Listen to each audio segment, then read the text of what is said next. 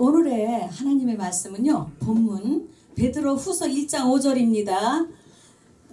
너희가 더욱 힘써 너의 믿음의 덕의 지식을, 지식의 절제의 인내를, 인내의 경건의 형제의 우애를, 형제의 우애의 사랑을 더하라 말씀하셨습니다. 오늘의 제목은 믿음의 덕입니다. 우리는 하나님과 우리 구주 되신 예수 그리스도의 의를 알아야 됩니다. 하나님의 의를 얻는 사람은 하나님 앞에 새 힘을 얻고 늘 믿음의 선한 싸움을 싸우며 이기는 자의 삶을 살게 되는 것입니다. 하나님과 우리 주 예수를 알므로 인해서 우리는 의도 얻어야 되는 것입니다. 그 다음에 그 은혜로 인하여서 우리는 은혜와 평강을 한없이 누리고 우리는 넘치는 아름다운 삶을 살 수가 있는 것입니다. 오늘도 말씀과 기도 외에는 이런 유가 나갈 수 없느니라 말씀하시고 계십니다. 우리가 하나님의 말씀과 성령으로 도우심을 받아서 우리는 세상을 이기는, 악을 이기는 삶을 살아야 되는 것입니다. 하나님의 베드로 후서 1장 3절에 보면 하나님의 신기한 능력으로 생명과 경건에 속한 모든 것을 우리에게 주셨다고 말씀하십니다.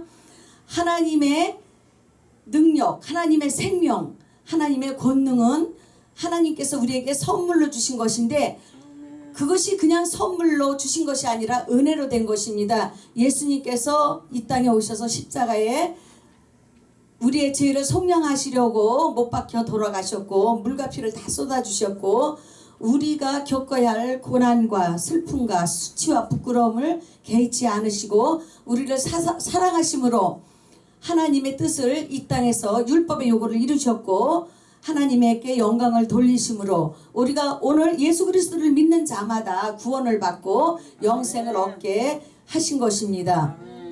우리는 하나님의 비밀인 예수 그리스도를 오늘 우리의 삶 속에서 발견해야 되고 말씀 속에서 발견하고 성령으로 발견해야만이 우리는 그 하나님을 참으로 기쁘시게 해드릴 수 있고 영화롭게 해드릴 수 있는 것입니다. 우리가 그렇게 할 때 우리는 하나님의 신성한 성품에 참여하는 자가 되는데 우리가 성령이 아니고는 하나님의 뜻을 분별할 수가 없습니다.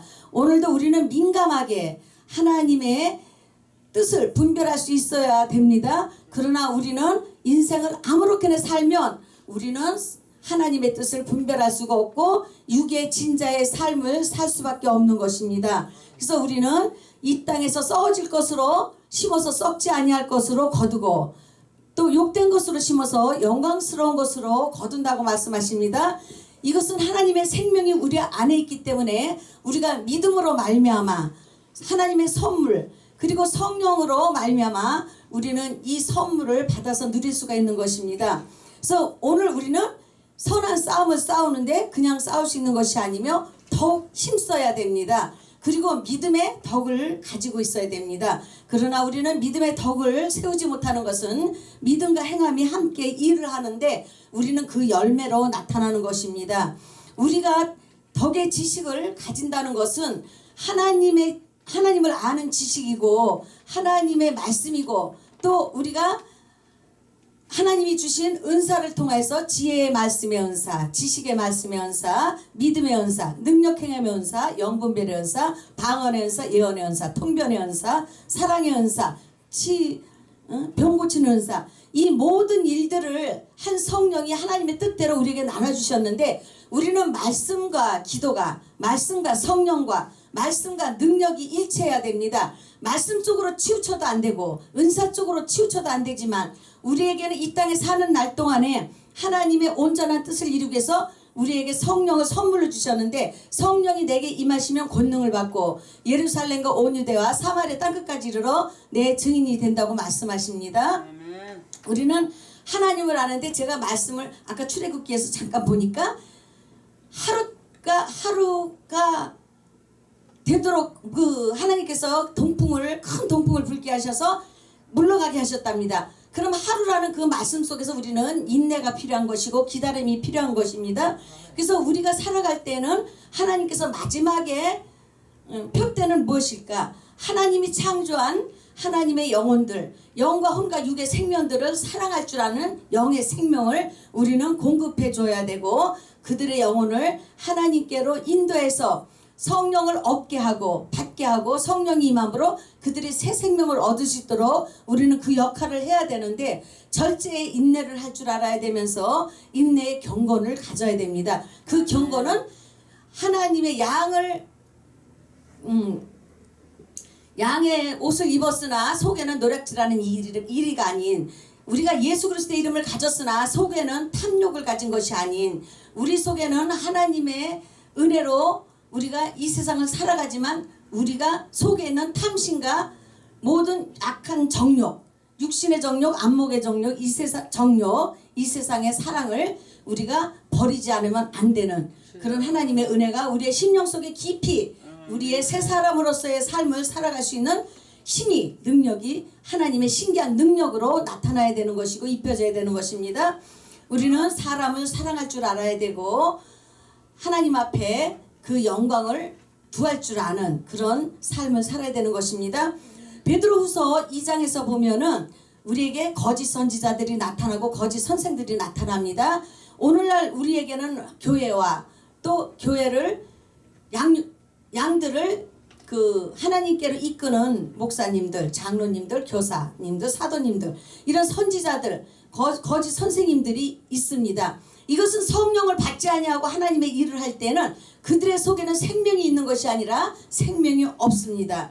근데 그들은 자신을 깨닫지 못하고 자기 정체를 알지 못하는 것이 있습니다. 우리는 순간순간 자기 정체를 속이는 자가 돼도 안 되고, 우리는 자기의 깨를 이루는 자도 안 되고, 세상의 힘을 가진 자도 되면 안 되는 것입니다. 우리는 오직 우리 속에 생명이신 예수 그리스도가 우리 안에 들어와서 그리스도의 영이 있으므로 그리스도의 사람이 되어야 되는 것입니다.